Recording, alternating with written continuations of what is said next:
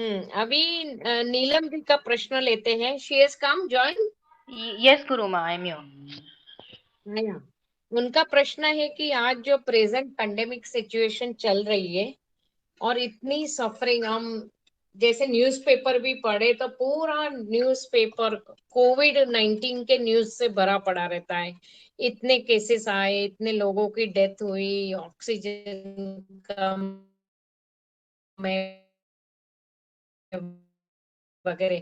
तो it is really बहुत ही painful news है। नेचुरली जो सफर हो रहे वो भी हमारे भाई बहन ही है, किंतु अगर आप ऊपर के हिसाब से देखो तो वो हमारे भाई बहन है, पर किंतु वो प्रकृति के संतान भी है। हर माँ अपने बच्चे को खूब प्यार करती है, किंतु बच्चा गलतियों पे गलती करे तो कभी उसको थप्पड़ भी पड़ती है उस भले के लिए। तो ये जो हो रहा है बहुत ही फ्रंटली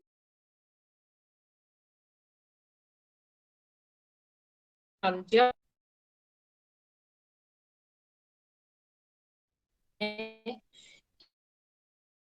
पृथ्वी तो आ रहा है, बट इसमें और एक बात है, 20% फ्री विल है। कुदरत ने फ्री विल इसीलिए रखा कि प्रेयर और पुरुषार्थ का इम्पोर्टेंस रहे। नहीं तो इंसान बोलेगा कि सब कुछ लॉ ऑफ कर्मा के अनुसार ही हो रहा है, तो मुझे प्रोटोकॉल फॉलो करने की क्या जरूरत है। जो वो तो जो होना ही है। कुछ ऐसे भी लोग जाएंगे, जा रहे हैं कि हो सकता है कि जो लोग ने अपना फ्री विल का दुरुपयोग किया, सोशल प्रोटोकॉल फॉलो करना चाहिए था,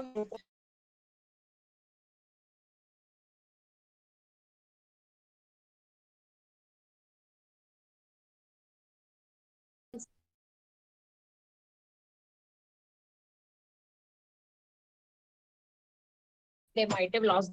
तो फ्री विल गेम भी चल रहा है, टोटल पास्ट संचित कर्म का गेम नहीं है। क्योंकि आप लॉ ऑफ कर्म को स्टडी करो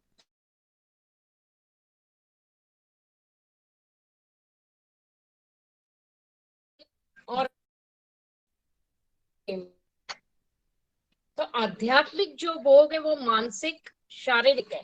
मतलब शारीरिक भोग जैसे बृहदारण्यक का उपनिषद में लिखा है कि हर एक को जितने बाल मिलेंगे, जितनी हड्डियां मिलेगी, उसकी हाइट कितनी होगी, बॉडी टेक्सचर कैसा होगा, कलर ऑफ द स्किन कैसा रहेगा, सब कुछ उसके कर्म के अनुसार उसको मिलता है। और उसमें फिर उसने जो भी कर्म किए, मानसिक वाचिक कायिक कर्म, अकॉर्डिंगली उसका हिसाब भी उसको देना है, उस हिसाब से वो प्रारब्ध लेके आता है।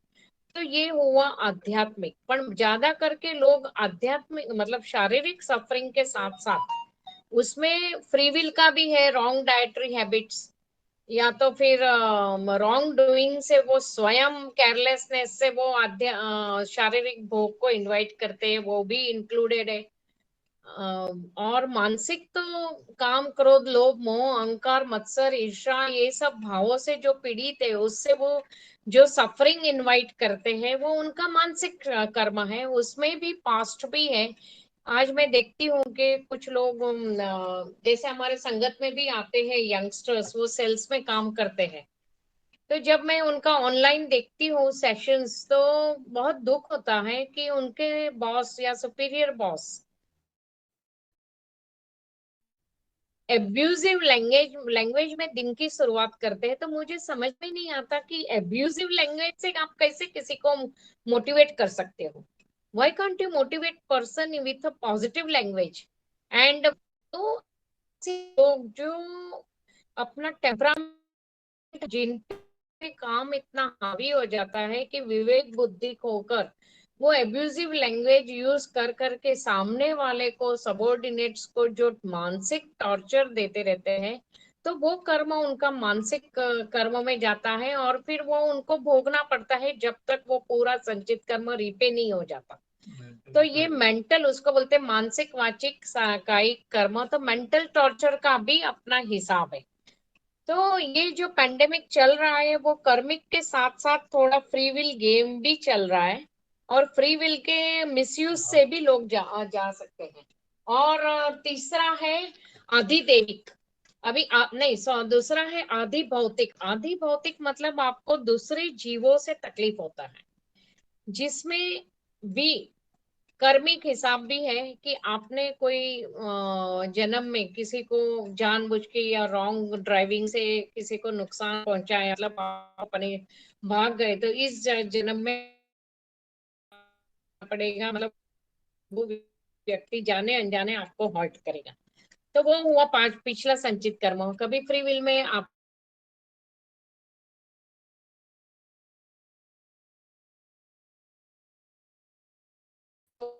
या फिर बायोटेक, अभी जो कोरोना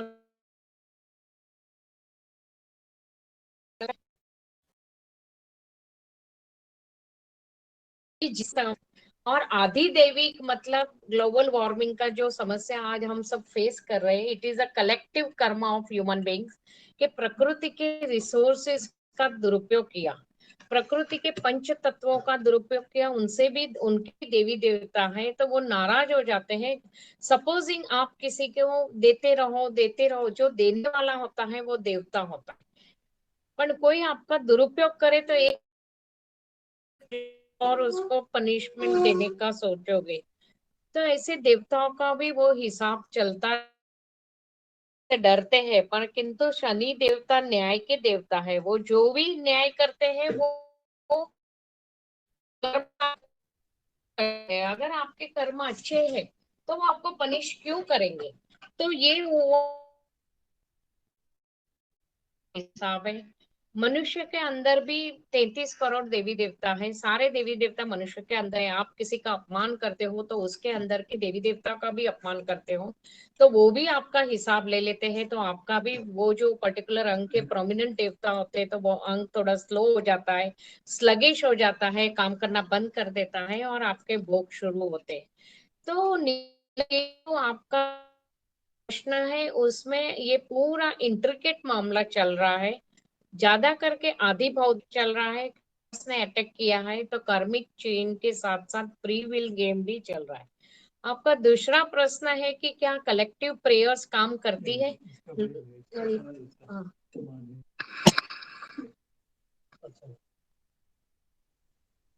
सॉरी, तो के पहले प्रश्न के बारे में मैं कुछ ग्राउंड लेवल के ट्रुथ की भी बात करना चाहूँगा कि ये जो भी वायरस फैला है या फैलते रहे हैं, बहुत सालों से अलग अलग प्रकार के वायरस फैल रहे हैं, जैसे कि बर्ड फ्लू है, स्वाइन फ्लू है, इबोला। तो इस तरह के वायरसेस क्यों फैल रहे हैं?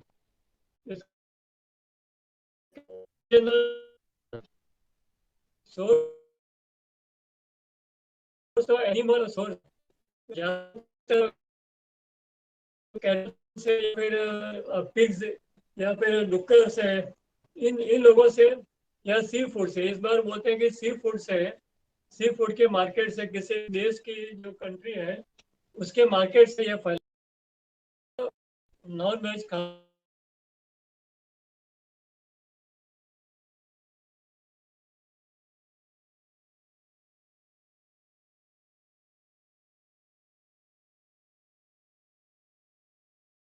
आपको पता भी है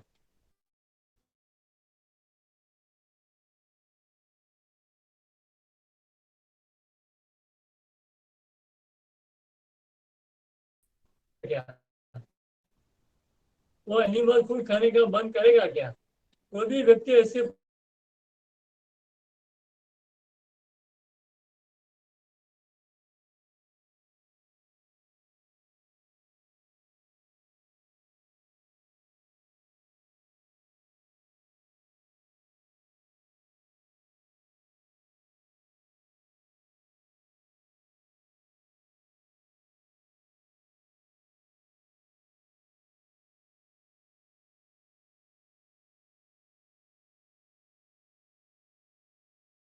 हत्या मनुष्य करेगा तो कोई, चाहे इसके लिए फरियाद करे या ना करे, चाहे दुखी हो ना हो, इसका तोड़ क्या है?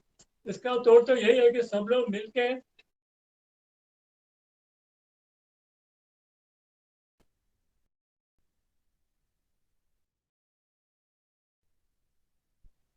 सहमत होना जरूरी है, किसी के ऊपर हम अपना ओपिनियन ला नहीं सकते, लेकिन यदि समझदारी से यदि सभी लोग साइंटिफिक पहलू से सोचेंगे कि ये वायरस एनिमल सोर्स से ही आ रहा है, तो फिर एनिमल्स को क्यों खाया जाए, इसके ऊपर अंतरराष्ट्रीय सम्मेलन यदि बुलाया जाए, तब जाके एक पूरी समझदारी से कोऑपरेशन से यदि कोई डिसीजन होता है, तो इसके ऊपर फिर भी कुछ हद तक स्टॉप हो सकता है, वरना ये बार बार होता ही रहता है।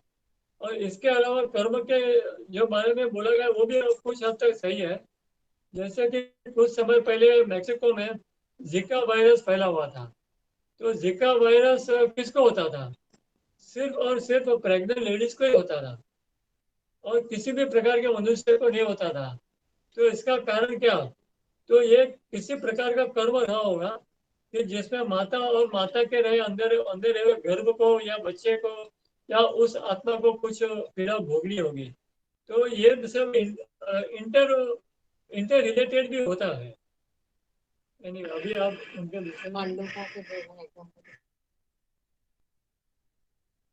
इन्होंने मुझे याद दिलाया कि पांडु राजा, जो कि धृतराष्ट्र के भाई थे और बड़े भाई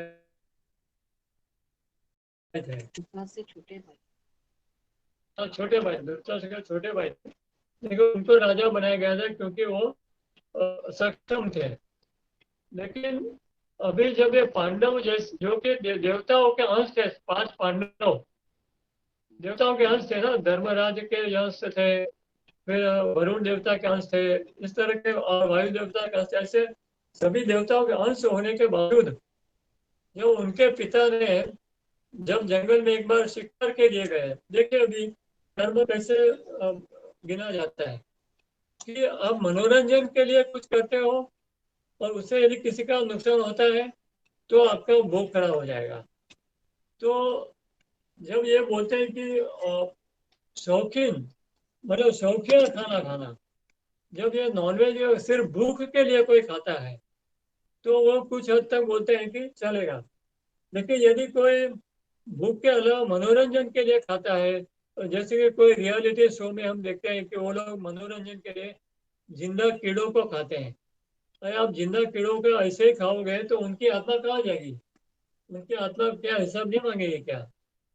यदि हम मनुष्य होकर हमारे बच्चे को कोई नुकसान पहुंचाएगा तो हम क्या उसको माफ करेंगे क्या? हाँ, जब हम नहीं माफ कर सकते तो फिर हम ऐसी अपेक्षा कैसे रख सकते हैं कि एनिमल किंगडम हो या इंसेक्ट किंगडम हो वो हमें माफ कर दे?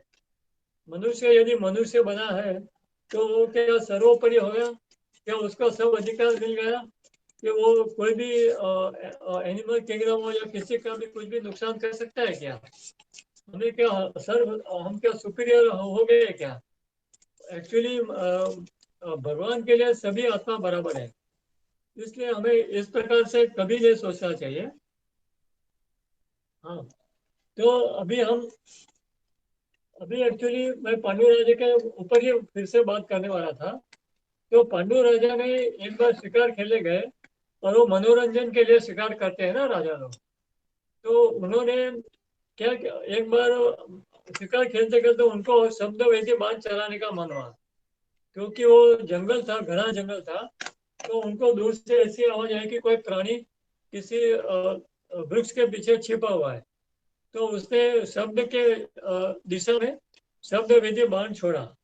तो वह क्या कि जब बाण छोड़ा तो लगा सही किसी को, तो किसको लगा? तो कि क्रौंच पक्षी, जैसे कि मयूर पक्षी होते हैं वैसे क्रौंच पक्षी भी होते हैं।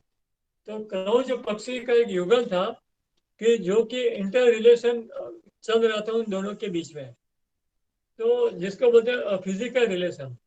तो वो ऐसी स्थिति में होने के बावजूद उनको ये बाण लगा और दोनों जन मृत्यु तुल्य पीड़ा भोगने लगे।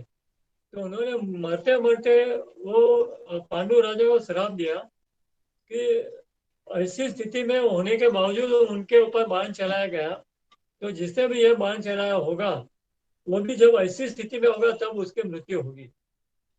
तो ये देखो किस तरह से कर्म बंधते हैं। तो फिर क्या हुआ, पांडु राजा भी जब माद्री के साथ शव शयन करने गए तो वो उसी वक्त वो भी मर गए। क्योंकि वो श्राप का इफेक्ट चालू था। इस तरह से कई बार विभिन्न कारणों से विभिन्न प्रकार के लोगों के कर्म के भोग खड़े होते हैं और उनको वो पीड़ा भोगनी पड़ती है। हाँ, अभी हम दूसरे पार्ट पे आए नीलम जी के, कि व्हाट्सएप पे आजकल वो चलता है कि भाई कलेक्टिव प्रेयर्स करते हैं, अभी जो पेंडेमिक टाइम चल रहा है उसकी शांति के लिए। Every action has reaction. जब आप पूरी हृदय से प्रेयर करते हो, क्योंकि प्रेयर और पुरुषार्थ तो हर एक मनुष्य का अधिकार है।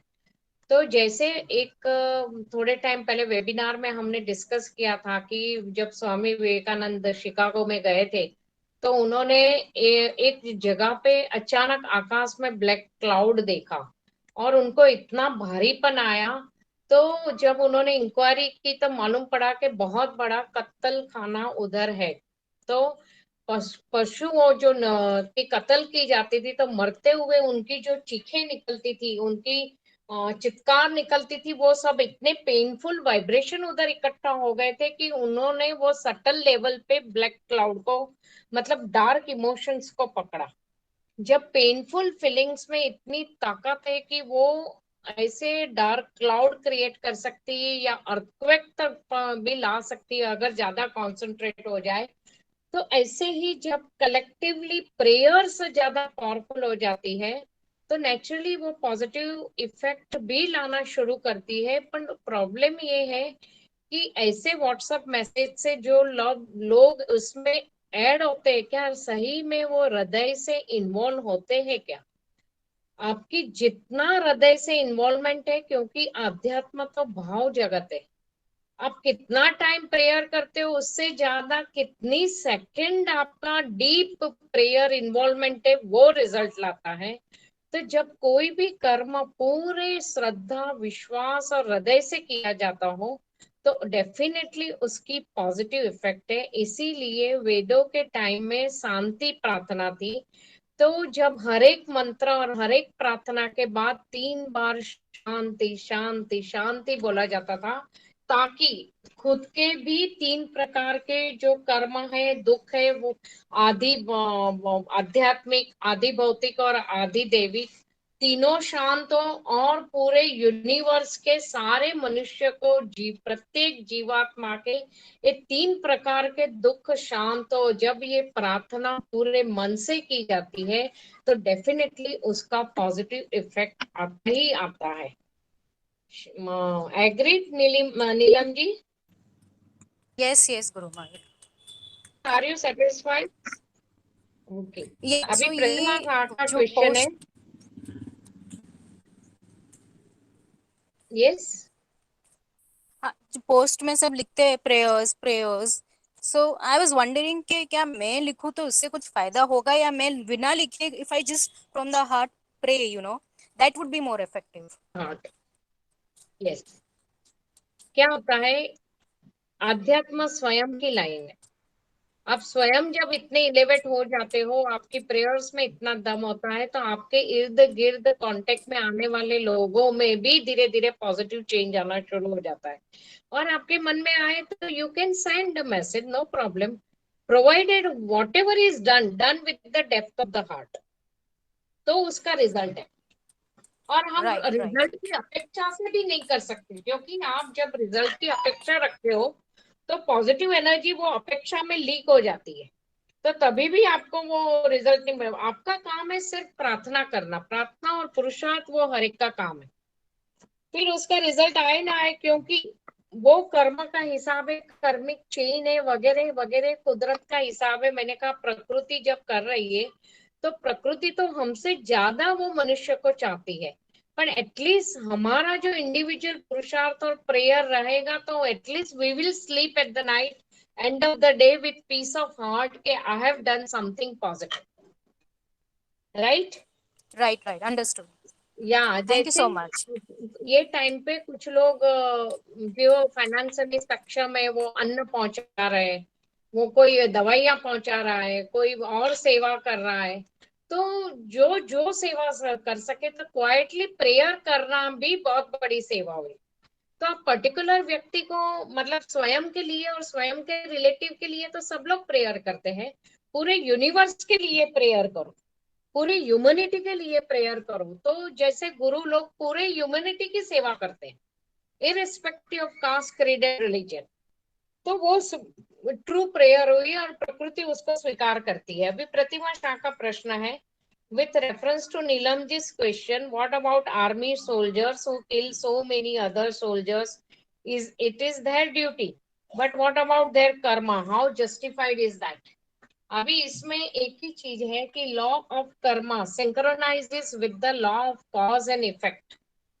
What is cause? Feeling is the cause and result is the effect.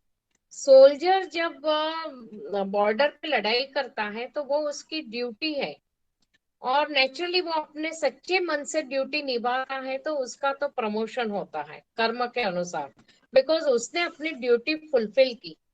But क्योंकि लॉ ऑफ कर्मा कहता है कि इंटेंशन बिहाइंड द कर्म काउंट्स, तो soldier kills the person, different मतलब एनिमी कंट्री सोल्जर, उसको तो रिवॉर्ड मिलता है।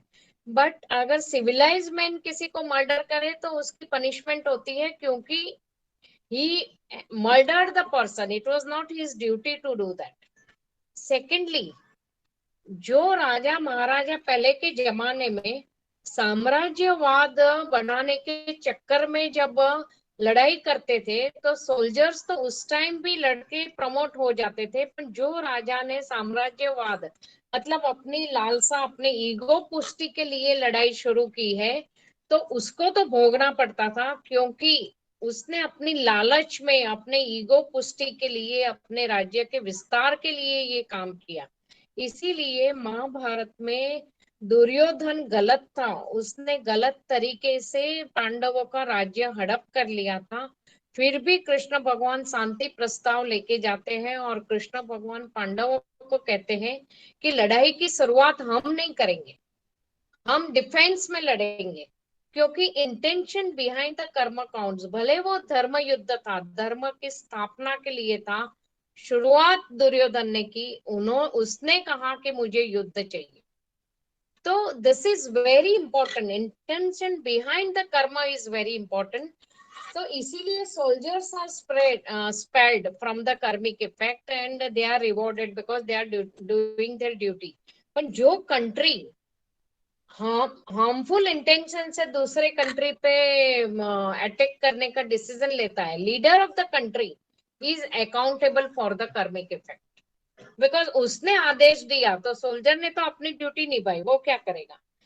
इसीलिए बहुत फेमस एग्जांपल है किंग अशोक का, कि जब कलिंग वॉर हुआ उसी ने, अशोक ने ही किया था कलिंग राज्य को कैप्चर करने के लिए, तो वो जीत लिया because he was a very brave king. War के बाद सेकंड डे पे जब वो राउंड लेने निकला तो उसने इतना ब्लडशेड देखा, इतनी डेड बॉडी का उसने हीप देखा कि उसकी आंखें भर आई, और उसको इतना गिल्टी फील हुआ कि जस्ट मेरे क्षुल्लक ईगो की वजह से मैंने इतने लोगों के मृत्यु की ओर धकेल दिया, इतना ब्लडशेड, इतना बर्न्ड हाउसेस, लोगों को बेघर कर दिया, और वो इतना गिल्ट कॉन्शियस में चला गया कि बाद में उसको शांति मिली बुद्धिज्म में, और उसने फिर बुद्धिज्म का प्रचार किया और वो टोटली चेंज हो गया। तो जब वो leader is accountable for karmic effect, जब लीडर के अंदर चेंज आता है तो वो बहुत बड़ा चेंज हो जाता है। दूसरा एग्जाम्पल है इंडिविजुअल लेवल पे क्या इफेक्ट आती है। वो सेकेंड वर्ल्ड वॉर के टाइम जापान के 2 सिटी में बॉम्ब वर्षा हुई, नागासाकी एंड हिरोशिमा। तो उसमें बहुत सा टीम ऑफ पायलट्स थे, उसमें हिरोशिमा पे बॉम्ब डालने वाला पायलट का नाम था क्लाउड एथरली।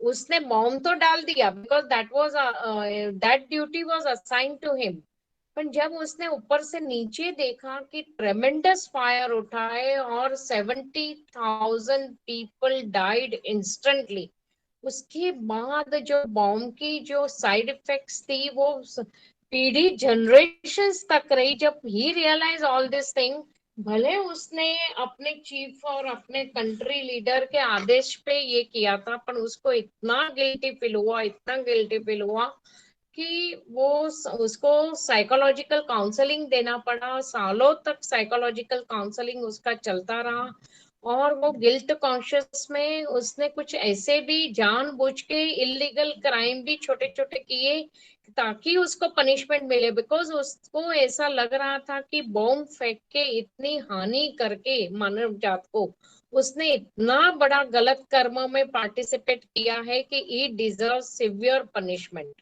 और finally then he started anti nuclear movement, and वो उसका सिंबल बन गया।